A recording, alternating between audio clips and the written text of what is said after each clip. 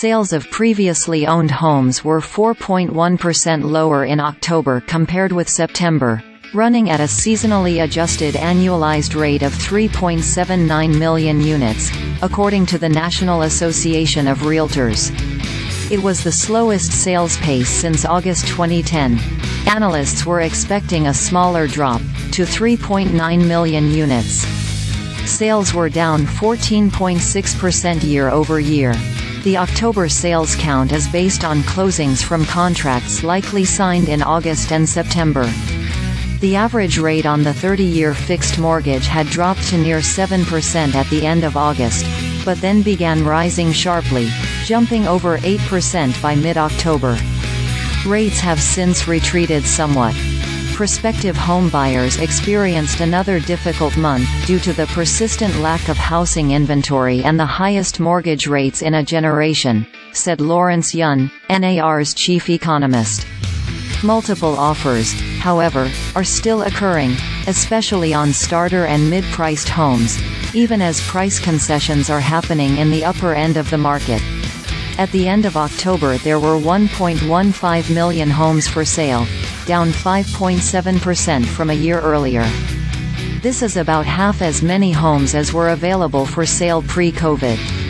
At the current sales pace, that represents a 3.6-month supply. A 6-month supply is considered a balanced market between buyer and seller. Tight supply kept pressure under prices. The median price of an existing home sold in October was $391,800, an increase of 3.4% from a year ago, $378,800. Prices rose in all regions of the country.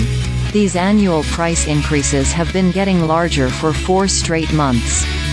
Roughly 28% of homes sold above list price.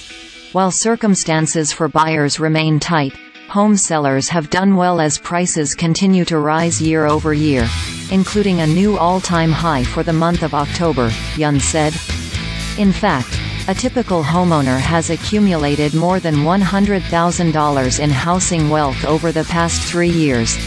Sales fell in all price categories up to $750,000, but there was an increase in sales of higher-end homes. Homes priced above $1 million were up just over 9% from a year ago. Wealthier buyers either tend not to use mortgages or are less sensitive to monthly rate changes. Yun also noted that there are more homes available for sale on the higher end of the market. First-time buyers represented 28% of October sales, unchanged from a year ago and still significantly lower than the 40% share they have represented historically. Individual investors bought 15% of the homes, down from 18% in September and 16% from a year ago. All-cash deals made up 29% of sales, up from 26% in October 2022.